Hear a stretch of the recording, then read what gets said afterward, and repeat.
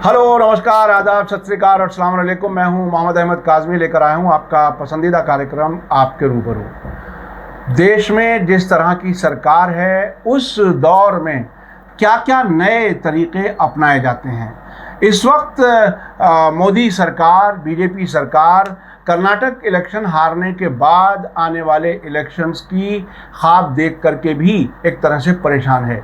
जिस तरह से अपोजिशन मुत्तहिद हो रही है, जिस तरह से लोगों की तरफ से ऐसे इंडिकेशंस आ रहे हैं कि इस बार 2024 में मोदी जी के लिए इलेक्शन जीतना बहुत मुश्किल हो रहा है।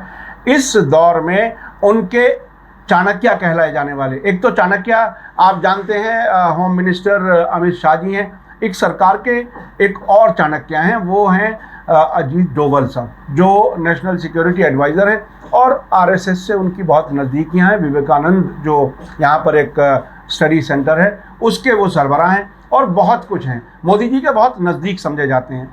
उनके साथ एक इंडिया इस्लामिक कल्चरल सेंटर में एक प्रोग्राम हुआ है आज ही, यानी 11 जुलाई को। प्रोग्राम क्या था? सऊदी अरब से मुस्लिम वर्ल्ड लीग के general secretary general doctor Mohammad bin Abdul Karim al Issa, उनको बुलाया गया और उनसे एक तकरीर कराई गई और अजीत डोभाल ने तकरीर की।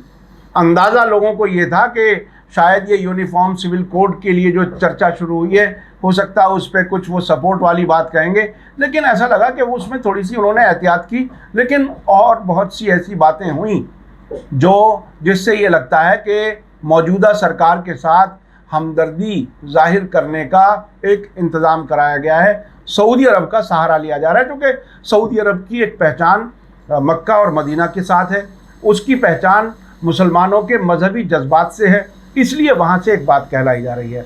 इस प्रोग्राम में मैं ख़ुद भी तकरीर सुनने के लिए गया था और हमारे साथी जर्नलिस्ट दोस्त, सीनियर जर्नलिस्ट अब्दुल बारी मसूद साहब भी थे। मैंने उनसे ये रिक्वेस्ट की कि इस पर चर्चा कर ली जाए कि आखिर इसका क्या मकसद था, क्या कुछ था। इस पर हम आज बात कर रहे हैं। और इंडिया इस्लामिक कल्चरल सेंटर के प्रेसिडेंट सिराजुद्दीन कुरैशी, उन्होंने ये प्रोग्राम ख़ास तौर पर किया। एक खुसरो फाउंडेशन के नाम से एक फाउंडेशन के, उसके भी वो चेयरमैन हैं, उसकी तरफ से ये प्रोग्राम हुआ है। क्या कुछ है? सिराजुद्दीन कुरैशी साहब की बीजेपी से और प्राइम मिनिस्टर मोदी से नज़दीकियाँ अब से पहले भी जाहिर होती रही हैं। आखिर इसका क्या कुछ मकसद था, इस पर हम बात कर रहे हैं सीनियर जर्नलिस्ट अब्दुल बारी मसूद साहब से, जो उन पूरी तकरीरें, दोनों तकरीरें बहुत ही तवज्जो से सुनी। अब्दुल बारी मसूद साहब, वेलकम है आपका। मीडिया स्टार वर्ल्ड को आप वक्त दे देते हैं। आप ये बताइए कि आपने प्रोग्राम से पहले का भी जो मीडिया मैनेजमेंट था और किस तरह से उसे पेश किया जा रहा था, और आज प्रोग्राम भी हो गया, उसमें आप मौजूद थे। आपने क्या महसूस किया इस वक्त? ये विज़िट क्यों कराई गई है? और ये तकरीर सिर्फ दो लोगों की तकरीर, एक अजीत डोभाल की और एक उनकी ख़ुद की, जो सऊदी अरब से आए हैं, बहुत ही काबिल एहतराम एक इदारा है, उसके वो नुमाइंदे हैं, सरबराह हैं। क्या मानी है इस विज़िट के? क्या कुछ उन दोनों ने कहा है? पैगाम क्या कुछ दिया है? सबसे पहले तो काज़मी साहब, आपका शुक्रिया कि आपने मुझे इस प्रोग्राम में मदद किया। आप जानते हैं कि इस वक्त जो है मुल्क में जो हालात है, ख़ास तौर से जो मुल्क की दूसरी मजहबी बड़ी अक्सरियत है, अक़लियत कहा जाता है, अक़लियत में तो है नहीं, वो नंबर के लिहाज से जो कहा जाए, वो तो सिर्फ एक तवाज़ुन रखने के सिलसिले में उसको अक़लियत कहा जाता है। वो उसके साथ जिस तरह का सलूक किया जा रहा है, और उसके बाद जो है दूसरे भी जो मजहबी ग्रोह है, ईसाई हैं, दलित है, ट्राइबल्स हैं, और वो मणिपुर में जिस तरह से हो रहा है, जो इस वक्त जो सूरत हाल है, इस वक्त मुल्क में एकदम एक बेचैनी का माहौल है, कहीं पर तशद्दुद हो रहा है। आपने देखा कि चंद दिन कबल एक वाक़या पेश आया था कि कैसे खुलेआम जो है एक शख्स जिनको संस्कारी ब्राह्मण कहा जाता है, जिनको छोड़ा गया था, बिल्किस बानो के जो है मुजरिमीन को छोड़ा गया, तो उसके बारे में यही कहा था वहाँ के एमएलए साहब ने, गुजरात के एमएलए साहब ने, कि वो संस्कारी ब्राह्मण है।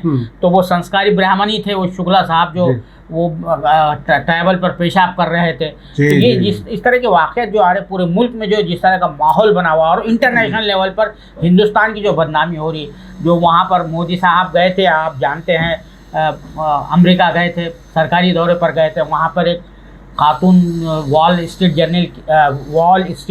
जर्नल की जो खातून जर्नलिस्ट थी, उसने एक सवाल पूछा। उसने ये सवाल नहीं पूछा कि क्यों हो रहा है, बल्कि उसने ये सवाल पूछा था कि आप ये जो सूरत हाल है यहाँ पर अक़लियतों के साथ, लोगों के साथ, और जो लोग भी आपके मुखालिफिन हैं उनके साथ जिस तरह का सलूक किया जा रहा है, उसको ख़त्म करने के सिलसिले में आप क्या इक़दाम करेंगे। उसने सवाल इस तरह से किया था, फॉर्मुलेट बहुत शानदार किया था। ये नहीं कहा था क्यों हो रहा है, कैसा हो रहा, आप क्या करेंगे, ये सवाल पूछा गया था। जवाब क्या दिया गया था कि हमारे डीएनए में डेमोक्रेसी है। तो आप जानते हैं कि वो जो कार्टून जर्नलिस्ट थी वॉल स्ट्रीट जर्नल की, जो बड़ा अखबार है, जिसने मोदी साहब का इंटरव्यू लिया था, एक अखबार को, अमेरिका की जो अखबार को इंटरव्यू देने का मौका दिया था। जो भी उमूमन ये एक रिवायत चली आ रही है कि जो मुल्क का सरबराह किसी दूसरे मुल्क का जो सफ़र करता है, दौरा करता है, जॉइंट प्रेस ब्रीफिंग थी गालिबन। नहीं, वो तो है। मोदी साहब ने एक इंटरव्यू भी दिया था अमेरिकी अखबार को, वो वॉल स्ट्रीट जर्नल को दिया था। अच्छा। अपने दौरा शुरू करने से कबल जब वो जा रहे थे, अमेरिका जा रहे थे। ये एक उम्मन एक रिवायत बनी हुई है कि जिस मेज़बान मुल्क में जा रहे हैं आप, तो वहाँ का कोई अखबार जो है, जो भी मीडिया हाउस होता है, वो वहाँ के सरबराह का, जो मेहमान मुल्क के सरबराह का इंटरव्यू लेता है। तो इन्होंने वॉल स्ट्रीट जर्नल को इंटरव्यू भी दिया था, उसी अखबार को। और वो जो जर्नलिस्ट थी सबरीना सिद्दीकी साहिबा, उसी अखबार से ताल्लुक़ रखती थी। और वो यानी ब्रीफिंग जो है वहाँ ओवल ऑफिस में जो ब्रीफिंग होती है उसको कवर करती है।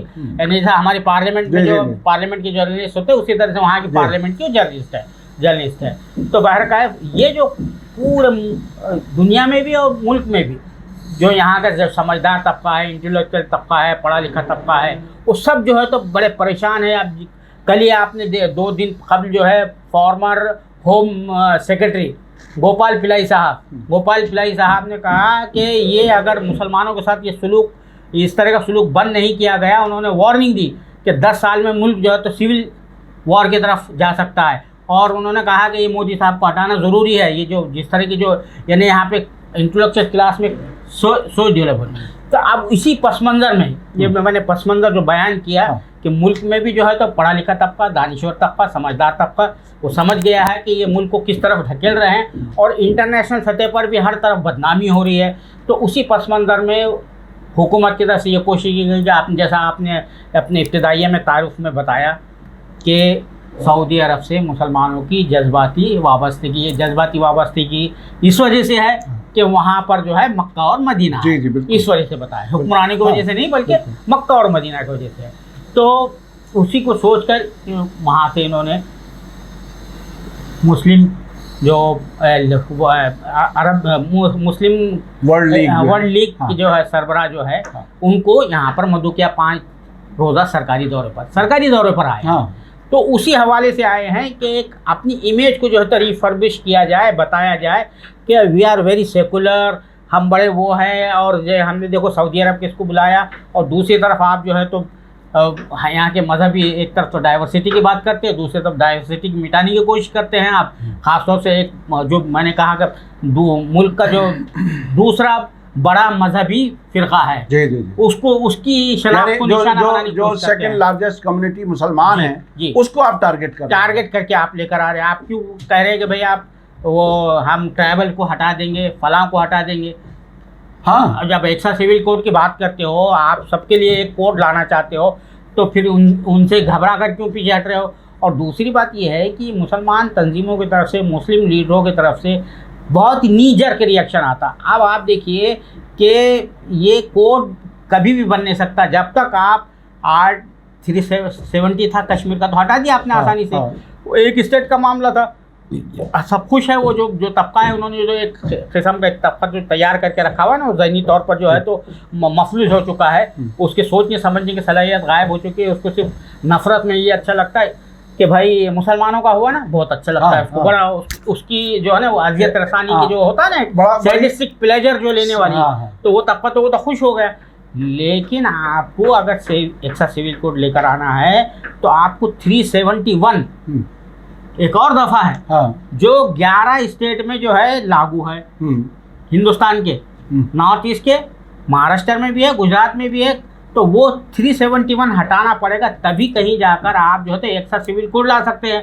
आप मुसलमान जो है, जो लीडरान है वो स्टडी तो करते नहीं है।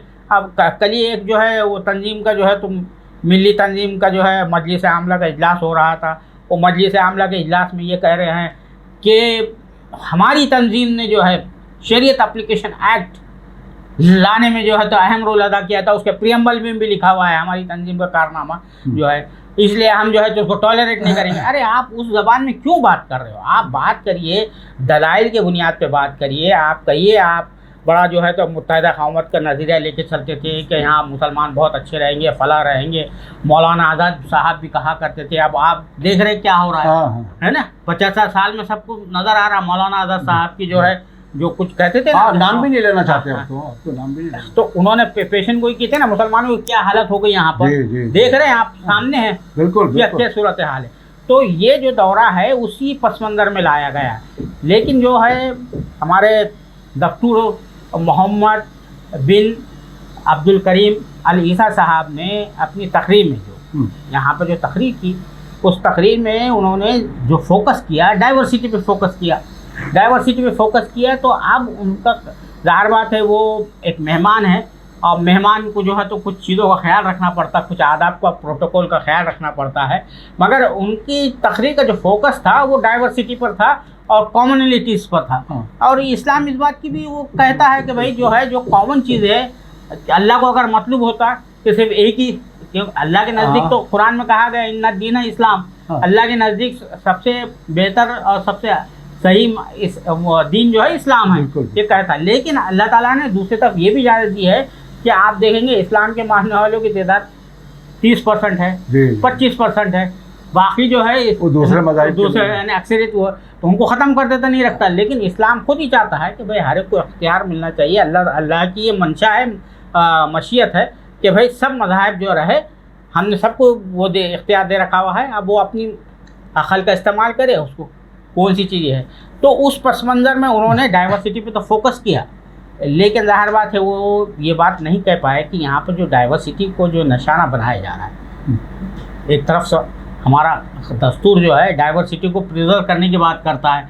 जगह जगह मुख्तलिफ जो है तो दफ़ात सेक्शंस बने हुए हैं कि कल्चर डाइवर्सिटी बचाना है, लिसानी लिंग्विस्टिक डाइवर्सिटी बचाना है, फलां डिवर। अब जो है ये जो कोशिश की जा रही है, अब उसका सब अच्छा इसमें मैं ये समझना चाहता हूँ कि इन दोनों की तकरीर में ख़ास तौर पर जो मेहमान सऊदी अरब से आए हुए थे उनकी तकरीर में सबसे ख़ास किन चीज़ों पर ऐसा जोर था जिससे ये महसूस हुआ कि ये क्या किसी मौजूदा हुकूमत के जिसके वो मेहमान हैं, क्या उसके लिए कोई यानी मुफीद साबित हो सकते हैं?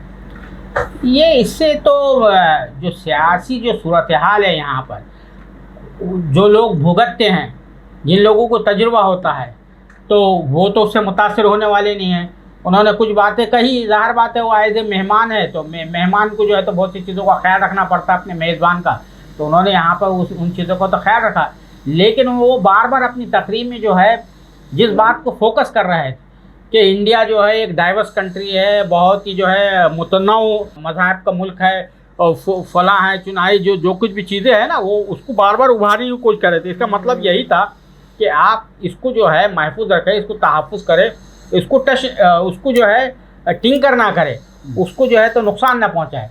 सऊदी मेहमान की जो बात थी, बार बार लोग जिस बात को फोकस कर रहे थे। और दूसरी तरफ ये इधर से जो जवाबी तकरीर जो हुई है, जवाबी तकरीर में बहुत सी चीज़ें गलत बयानी से काम ली गई। जैसे हज़रत खदीजा रज़ियल्लाहु ताला अन्हा के बारे में जो है फरमाया गया कि भाई उनको जो है कश्मीर की शालें पसंद थी, उन्होंने कश्मीर की शालें मंगानी। अब इसकी कोई ये रिवायत जो है कहाँ से लाई, क्या है, ये किसी को पता नहीं है। कोई हिस्टोरिकल तो कुछ उसमें फैक्ट्स नहीं है। तो अच्छा उसमें देखिए एक चीज़ और एक बहुत ख़ास बात उन्होंने कही कि भाई हिंदुस्तान ने हमेशा जो है तो शेल्टर दिया है सब लोगों को, बाहर के लोगों को पनाह करने। तो मैं इस हवाले से ये कहना चाहता हूँ कि हिंदुस्तान की जो तारीख़ है कभी भी जोग्राफिकली एक एंटिटी नहीं रहा। ये एक एंटिटी जब बना औरंगज़ेब के ज़माने में एक एंटिटी बना, एक मरकज़ियत के हिंदुस्तान का एक तस्वुर जो है। अब आप देखिए कि जो छोटी सी बात है कि निज़ाम जो है अंग्रेज़ों को सपोर्ट कर रहे थे, मराठे अंग्रेज़ों को सपोर्ट कर रहे थे, टीपू सुल्तान के खिलाफ, हाँ। है ना, और जो भी आपस में लड़ते थे, जो जंगें होती थी, आप मुगलों का देख लिया आपस में जो किस तरह से लड़ते थे वो, कि भाई एक जो है राजपूत जो है तो मुगलों का साथ दे रहा, एक मुसलमान जो है राजपूतों का साथ दे रहा, जैसा वो महाराणा प्रताप और अकबर की लड़ाई का मामला है। तो यहाँ पे कभी भी एक मुल्क का एक नेशन हो, इसीलिए तो है कि नेशन इज फॉर्मिंग करके किताबें लिखी गई, कि नेशन नाम की कोई चीज़ जो है वजूद में नहीं थी, किताब लिखी गई है बाद अब तक कि भाई India emerging as a nation, इब्तिदा में जो इंडिपेंडेंस के दौर में। तो अब आप ये कह रहे हैं कि हमने शेल्टर किया, फलां किया, वो किया। दूसरी बात आप जानते हैं, अच्छा उन्होंने एक बात कही, मॉडरेट इस्लाम को की नुमाइंदगी करते हैं सऊदी अरब, ये कहा। तो ये जो है असल में क्या होता है कि आप जानते हैं कि जिसको अपनी कुछ चीज़ सूट करवाना है, यानी वो उसके बारे में बहुत मशहूर है ना, शुतुरमुर्ग के बारे में, कि वो शिकारी को देखता है तो अपना सर जो है रेत में छुपा लेता है, वो समझता है कि शिकारी मुझे नहीं देख रहा है। तो आप ये समझते हैं कि आप किसी को मॉडरेट इस्लाम कहिए, किसी को एक्सट्रीमिस्ट इस्लाम कहिए, किसी को रेडिकल इस्लाम कहिए, इसमें आप अपनी जो है तो नजात हासिल कर सकते हैं या उसके अंदर अपने आप को सिक्योर कर सकते हैं। तो ये है, इस्लाम तो इस्लामी होता है, ना मॉडरेट होता है, ना रेडिकल होता है, ना एक्सट्रीमिस्ट होता है। अब ये इंडिविजुअल फेल होता है। एक बात बहुत अच्छी बात कही उन्होंने, हमारे सिक्योरिटी एडवाइज़र जो है डोभाल साहब, हालांकि टेररिज्म के हवाले से पूरा उनका फोकस मुसलमानों पर था, इस्लाम पर था, लेकिन एक बात बहुत अच्छी कही कि उन्होंने कहा कि भाई ये इंडिविजुअल एक्ट होता है, उसको किसी मज़हब से नहीं जोड़ना चाहिए। और उनकी एक तकरीर में और एक बात जो है, यानी ये जो फ़िरक़ापरस्त ताकतें हैं ना, कैसी कैसी चीज़ें लेकर आती है। जो सिंध का राजा था, राजा धार के भाई, उन्होंने वो यहूदियों को भी पनाह दी और जो है आपके शिया मुसलमानों को भी पनाह दी। अब उस वक्त तक शिया जो है एक तबके के रूप में उभर ही नहीं आया था, तो शिया कहाँ थे। तो ये जो है इस तरह की बेबुनियाद बातें कहना, उसमें देखिए मुझे तो ये लगता है कि देखिए आरएसएस और बीजेपी वाले या और थोड़ा सा लार्जर कैनवस में अगर देखा जाए, ज़ायनिस्ट और वेस्टर्न मीडिया वो हमेशा मुसलमानों में तकसीम, एक हर जगह बीच में दीवार खड़ी करना चाहता है। तो इसको समझने की जरूरत है, मुसलमानों को समझने, वो बहुत ही अहम है। कभी वो शिया सुन्नी पर लेके आते हैं, कभी वो अहमदियों को भी लेकर के आते हैं उन्हीं में। तो ये एक उनका अपना तरीका है। कभी हमें याद है कि सुब्रमण्यम स्वामी ने खुल करके कैमरे के सामने कहा था कि हम सुन्नी और शिया के बीच में इख्तलाफ पैदा करेंगे ताकि ये कमज़ोर हो जाए। जी आप अपनी बात आगे। तो यही बात है। तो जो हमारा जो इस वक्त का जो माहौल है, अब आप जो है एक तरफ कह रहे हैं कि भाई हम डाइवर्सिटी को, जो हमारा मुल्क डाइवर्स है, ये है, लेकिन आज 10 साल से, ये तकरीबन 9 साल हो चुके इस हुकूमत को, 10वें साल में जारी हो चुकी है। तो मुझे वो हमेशा उसका जुमला याद आता है, वो कन्नड़ा जो है ज्ञानपीठ अवार्ड याफ्ता थे अनंत मूर्ति साहब। मैं उस प्रेस कॉन्फ्रेंस में मौजूद था इत्तेफाक से। 2014 में जब इलेक्शन की तैयारी हो रही थी तो प्रेस क्लब में आए थे अनंत मूर्ति साहब। अनंत मूर्ति साहब जो कन्नड़ा के बहुत बड़े अदीब है, उनकी पेशन गोई सच साबित हो रही है। उन्होंने कहा था कि India will be dogged by communal violence, कि इंडिया में जो है अगर ये मोदी बरसर इख्तिदार आते हैं, उनकी ये अल्फाज है, एग्जैक्ट अल्फाज बता रहा हूँ, अगर नरेंद्र मोदी बरसर इख्तिदार आते हैं तो इस मुल्क में जो है फ़िरक़ावाराना तनाव, कशीदगी और तशद्दुद बर्पा होता रहेगा, मुस्तक़िल जारी रहेगा। तो आप देखेंगे पिछले 9 साल का जो रिकॉर्ड है बिल्कुल ये है। और पार्लियामेंट में भी जो है फिगर्स दिए गए थे, फसादात कितने हुए, कितने वायलेंस हुए। ये कहते हैं कि हमारे दौर में कोई फसाद नहीं है, बल्कि कितने फसाद हुए कि खुद ही उनके मिनिस्टर ने जो लिस्ट पेश की थी। और फसाद के अलावा जिस तरह से पिछले दिनों मैं किसी से बात कर रहा था, जो मॉब लिंचिंग हुई है मुसलमानों की 250 से ज़्यादा हो चुकी हैं। देखिए आप गौर करके देखिए, अगर मेरे आपके किसी के साथ ऐसा कभी वाक़या हो तो दिल पे क्या गुजरेगी। अचानक आपको अगर 100-200 लोग घेर लें और आपको मार पीट शुरू कर दें और आपको ये लगे कि बस अब मैं यहाँ ख़त्म हो जाऊँगा और वहाँ ख़त्म भी हो जाए, इस हालत में तन्हा, खाली हाथ और इतनी भीड़ के सामने जो मरता होगा आदमी, वो किस हालत में होता होगा।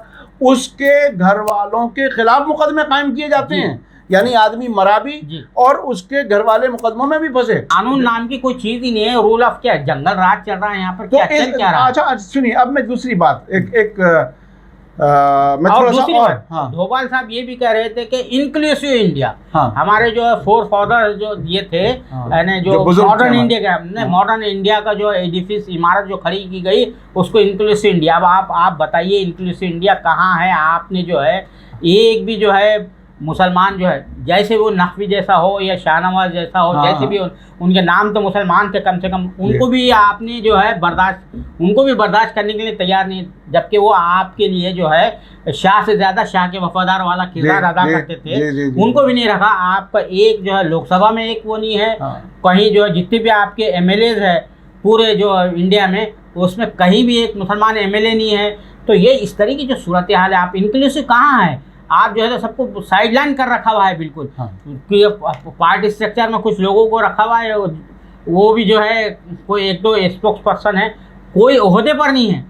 ये सूरत हाल है अमलन, जो वाइस प्रेसिडेंट होते थे या कुछ होते थे। अच्छा, मैं अब सुनिए, अब मैं दूसरी बात समझना चाहता हूँ। देखिए, जब हम इंटरनेशनल अफेयर्स को देखते हैं तो इजराइल के साथ कनेक्शन RSS BJP का बहुत ही क्लियर है, उसी नज़रिए पर काम करते हैं, उसी तरीके से काम करते हैं।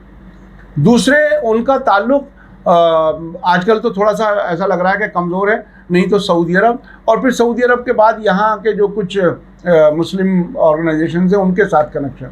तो क्या ये वो ट्रायंगल है जो किसी तरह से बीजेपी को फ़ायदा पहुँचाने की कोशिश कर रहा है?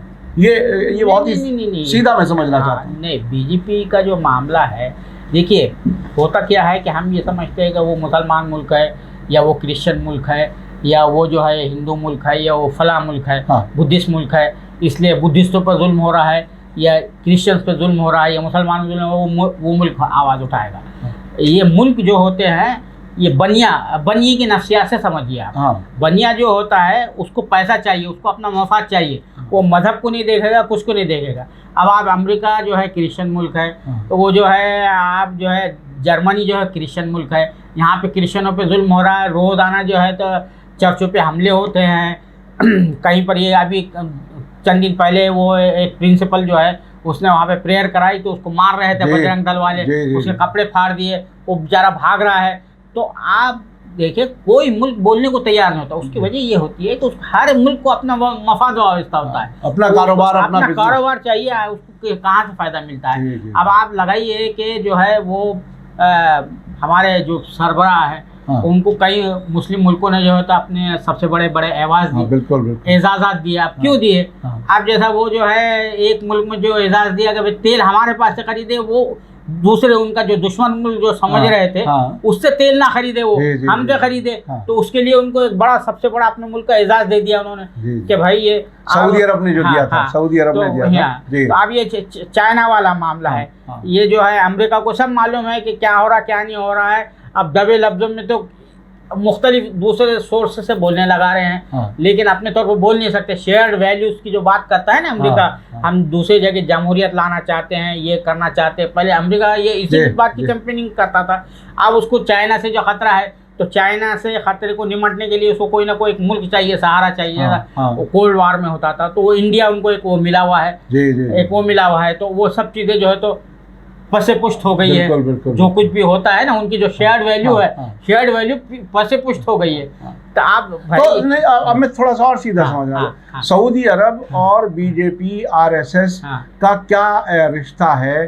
किस वजह से इनकी जान बचाना चाहते हैं? मुसलमानों में हमदर्दी क्यों पैदा करना चाहते हैं? मतलब क्या इस तरह से है? क्या इन्होंने यहाँ पर आके कोई ऐसा बयान तो दिया नहीं है। तो हाँ, अगर कोई ऐसा बयान देते तो उस बुनियाद पे आप कुछ कह सकते थे कि भाई कुछ यानी क्या कहते हैं उसको, कुछ नताइज कर सकते थे, इन्फ्रेंस निकाल सकते थे। लेकिन जो है आप एक कंट्री टू कंट्री बुलाते हैं, जैसा उन्होंने लास्ट टाइम जो है पिछले साल हुकूमत ने इंडोनेशिया के उलमा को बुलाया था, उनका एक वफद आया था यहाँ पर। उसी तरह अभी सऊदी अरब के इसको बुलाया और किसी और एक कंट्री का बुलाएंगे, मुमकिन है ईरान का बुला सकते हैं या उसको बता। तो उससे एक सिर्फ ये बताना है कि हम मुसलमानों को अच्छी तरह से ट्रीट करते हैं, फलां करते हैं, ये बताने के लिए। अब वो जो भी बाहर का मेहमान आता है वो इतना वेल इन्फॉर्म तो होता नहीं है, और उनकी इस तरह की जो है अच्छे लोगों से तो वो क्या कहते हैं इंटरेक्शन तो नहीं कराते। और वो फिर इंडियन इस्लामिक कल्चर है, इंडियन इस्लामिक कल्चर सेंटर के बारे में जो भी उनके मेंबरान हैं, वहाँ के मेंबरान हैं, सब यही कह रहे हैं कि इसको जो है कि अड्डा बना दिया है। पब्लिक रिलेशन का अड्डा जी। बना दिया है और फिरका परस्त ताकतों की सरगर्मियों का एक मरकज बन गया है वो, जी जी जी है ना। जो इस्लामिक कल्चर सेंटर का काम है, उसका काम ये था कि इस वक्त जो है उसकी जिम्मेदारी बहुत बढ़ गई है इस्लामिक कल्चर मुसलमानों के इश्यूज पर सही बात जो है पहुंचाए। एक वहाँ एक शोबा कायम किया जाता कि भाई नहीं, जैसा मैं जो अमेरिका में गया, हाँ। वहाँ पर इब्राहिम हुपर साहब एक नॉन मुस्लिम है वो, हाँ। वो इस्लामिक सेंटर है, इस्लामिक रिलेशन ऑर्गेनाइजेशन, हाँ। इसी तरह का। जी जी वो जो है ज़रा भी कोई चीज़ आती है फ़ौरन उसको नोट करते हैं, उसका जवाब दिया जाता है, तो उसका पॉजिटिव रिस्पांस होता। आप क्या करते हैं यहाँ बैठे हुए, आप सिर्फ जो है तो वो मुख्तलिफ छोटे मोटे प्रोग्राम करते हैं। आप जो है दिवाली पे प्रोग्राम कर दिया, ईद पे प्रोग्राम कर दिया, अरे करो, बहुत अच्छी बात है, लेकिन उसको जो है इस्लाम और मुसलमानों के हवाले से जो है एक जो है ना आउटरीच का प्रोग्राम बनाइए, बताइए इस्लाम क्या कहता है, मुसलमानों को क्या मसाइल है, इस मुल्क के क्या मसाइल है, किस तरह से इस्लाम जो है आपको जो गलतफहमियां दूर करने की कोशिश करिए आप। अब वहाँ पे कोई इंटेलेक्चुअल टाइप की कोई क्लास ही नहीं है वहाँ बैठी हुई। वो सेंटर जो है ऐसे लोगों के हाथ में है जिनको अपना खुद तारीख जोग्राफिया का पता नहीं है। जी जी जी सूरत हाल ये है। देखिए, बुनियादी तौर पर तो होना ये चाहिए था कि इंडिया इस्लामिक कल्चरल सेंटर जिस तरह से नई दिल्ली के दिल में है और बहुत ही अहम जगह है, बिल्डिंग बहुत अच्छी है, उसका इस्तेमाल ज़्यादा अच्छा होता है मुल्क के लिए, मुल्क के मुसलमानों के लिए, अच्छाई के लिए, उनके इश्यूज़ को डिस्कस करने के लिए होना चाहिए था, लेकिन ऐसा कुछ नहीं हो रहा है। अच्छा, मैं आखिर में समझना चाहता हूँ कि जो अगर आज ही के अखबार में एक एडवर्टीजमेंट खुसरो फाउंडेशन की तरफ से छपा कि कुछ मीडिया के लोग ये कहने की कोशिश कर रहे हैं कि ये यूनिफॉर्म सिविल कोड पर हुकूमत को सपोर्ट कराने के लिए यहाँ के उलमा को खामोश करने का मकसद है। ऐसा नहीं है, उन्होंने बहुत खुल के कहा भी नहीं, लेकिन इस तरह का बहरहाल ऐसे वक्त पे सियासी मैसेज आम लोगों में क्या जाता है। बिल्कुल सही कह रहे हैं आप, ये ऐसा तासुर जाना लाजमी फित्री है। वो जहन में एक खर्चा और एक वो जो सवाल पैदा होता, और क्योंकि जो लोग कर रहे हैं वो उनका बैकग्राउंड जो है ना उसी तंजीम से है ना, उन लोगों से ही है। अब ये खुसरो फाउंडेशन कहाँ से उभर आया, इसके कहाँ पर जो है ऑफिस है, क्या है, ये तो रातों रात एक ऑर्गेनाइजेशन बनी हुई नजर आ रही है, खुसरो फाउंडेशन। जैसे हम आमतौर पर पत्रकार लोग, जर्नलिस्ट लोग कहते हैं ना, लेटर हेड ऑर्गेनाइजेशन। हाँ, लेटर हेड ऑर्गेनाइजेशन जो है इस तरह से। वो जो साहब है खुसरो फाउंडेशन के जो ये बने हुए चीफ बने हुए हैं, वो जो है उनका जो है बैकग्राउंड सभी लोग जानते हैं कि वो जो है हाँ में हाँ मिलाते रहते हैं इख्तिदार वक्त के जो है, तो अच्छा, बहरहाल हासिल करने में लगे हुए रहते हैं। जी, बहुत बहुत शुक्रिया अब्दुल बारी मसूद साहब। देखिए, मैं ये वाक़या कभी कभी सुनाता हूँ कि एक साहब थे जो अब इस दुनिया में नहीं रहे, वो अक्सर मुख्तलिफ पार्टियों के प्राइम मिनिस्टर्स के काफ़ी नज़दीक रहते थे और हमारी बहुत अच्छी उनसे आशनाई थी। तो मैंने उनसे मजाक किया कि हम आपका इंट्रोडक्शन कराते हैं, लोगों को हम बताते हैं कि आप राजपूत हैं। तो वो हंस के कहने लगे, भी राजपूत कैसे, क्या जिसका राज उसी के पूत। तो उसी तरह के लोग हर ज़माने में होते हैं, तो वो बहरहाल आज भी हैं। और अब चूंकि डर और खौफ का माहौल है तो राजपूतों की तादाद शायद कुछ बढ़ गई है। ये तो बिल्कुल सही कह रहे हैं आप। ये इस्लामिक कल्चर सेंटर को जो है ना, ये इसका किबला दुरुस्त करने की बहुत ज़रूरत है। ये इंदिरा गांधी ने जो है 14वीं सदी हिजरी शुरू हो रही थी, इतनी बड़ी बड़ी नुमाया शख्सियत थी, जस्टिस हिदायतुल्लाह साहब, हकीम अब्दुल हमीद साहब जैसे मुखलिस लोग को दिया गया था, और आज जो है उसकी क्या हालत बनी हुई है। आप देखिए खुद हमारे इदारों की जो शिकस्त रेख हो रही है, कैसे लोग आगे बैठ गए हैं, ताहयात बने हुए हैं, उसकी मकसदियत खत्म हो जाती है। जी जी जी जी, बहुत बहुत शुक्रिया अब्दुल बारी मसूद साहब। ये देखिए, ये इशू इसलिए अहम था कि नई दिल्ली में ऐसे वक्त में जबकि बीजेपी मुसलसल आने वाले इलेक्शन से खौफ ज़दा नज़र आ रही है, ऐसे वक्त में मुसलमानों के बीच में सऊदी अरब से एक आलिम दीन और उसके साथ साथ अजीज डोवल, दोनों की तकरीरें और उसमें कोई पैगाम देने की कोशिश थी, उसके बारे में आपको बताना से मुझे याद आया कि ये एक जो है बड़े अखबार के, अंग्रेजी अखबार के जर्नलिस्ट जो वहाँ मौजूद थे, उसी प्रोग्राम में मौजूद थे, बहुत अच्छी बात कही उन्होंने। ये जो है प्रोग्राम यहाँ करने की क्या जरूरत है इस्लामिक कल्चर सेंटर में। उन्होंने कहा ये प्रोग्राम तो आरएसएस सेंटर में करना चाहिए, उनको बताना चाहिए कि इस्लाम क्या कहता है और क्या चीज़ें हैं। जो जहाँ से नफरत फैलाई जा रही है उन तक बताइए। मुसलमान तो नफरत नहीं फैला रहे, हाँ। किसी के खिलाफ नहीं बढ़े, जहर नहीं उगड़ रहे, जो दिल में आए तो नहीं बक रहे हैं कि भाई कोई उनको डर खौफ नहीं है, ये नहीं है। इस तरह से जो चल रहा है मामला, जिसके जो दिल में आता बोलता है, कोई उसको मालूम है कि मुझे कोई पकड़ेगा नहीं, क्योंकि मैं तो संस्कारी हूँ और हुकूमत कुछ नहीं करेगी। तो ये प्रोग्राम जो है इस्लामिक कल्चर सेंटर के बजाय वो जर्नलिस्ट थे वो कवर कर रहे थे, बड़े अंग्रेजी अखबार के कई जगहों से छपता है। उन्होंने कहा कि ये प्रोग्राम आरएसएस के हेडक्वार्टर में होना चाहिए था, इस्लामिक सेंटर। ये देखिए, मुसलमानों में बड़ी सादगी और अजीब, इसे बेवकूफ़ी तक कहा जा सकता है कि कोई भी ऐसा आदमी जो दूसरे खेमे में वहाँ का आदमी हो, जो मुसलसल कातिलों के साथ हो, वही हमारे बीच में जब आकर के मीठी मीठी बातें करने लगता है, उस पर वो खुश हो जाते हैं। उन्हें ऐसा लगता है कि ये तो बहुत अच्छा आदमी है, लेकिन असल वो उसका डंक जो है ना वो वही है। मुझे अब याद आ गया, कुछ लोग जमीयत उलमा के जब मिलने गए होम मिनिस्टर से, तो बयान ही आया कि साहब वो तो बहुत ही बदले।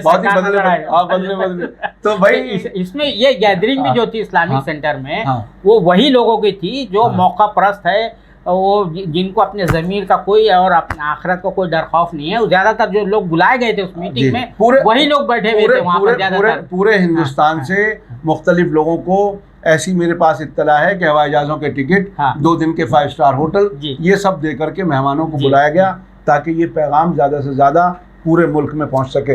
बहुत बहुत शुक्रिया अब्दुल बारी मसूद साहब। ये मैं अपने दर्शकों को असल में ये बताना चाहता हूं कि जो कुछ हो रहा है उसको किस तरह से हमें देखना चाहिए, इसलिए मैंने ये इंडिया इस्लामिक कल्चरल सेंटर में जो प्रोग्राम हुआ इस पर हमने ये चर्चा की हमने अब्दुल बारी मसूद साहब के साथ, और मैं ख़ुद भी वहाँ पे तकरीर सुन रहा था। मैंने रिक्वेस्ट की कि कैमरे के सामने ज़रा इस पर बात हो जाए।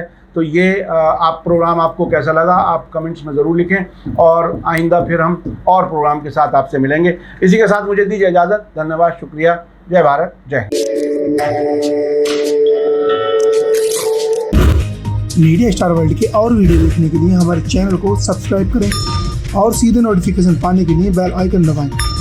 और अगर हमारी खबर सच्ची और अच्छी लगे तो अपने व्हाट्सएप, इंस्टाग्राम, फेसबुक और ट्विटर अकाउंट पर ज़रूर शेयर करें।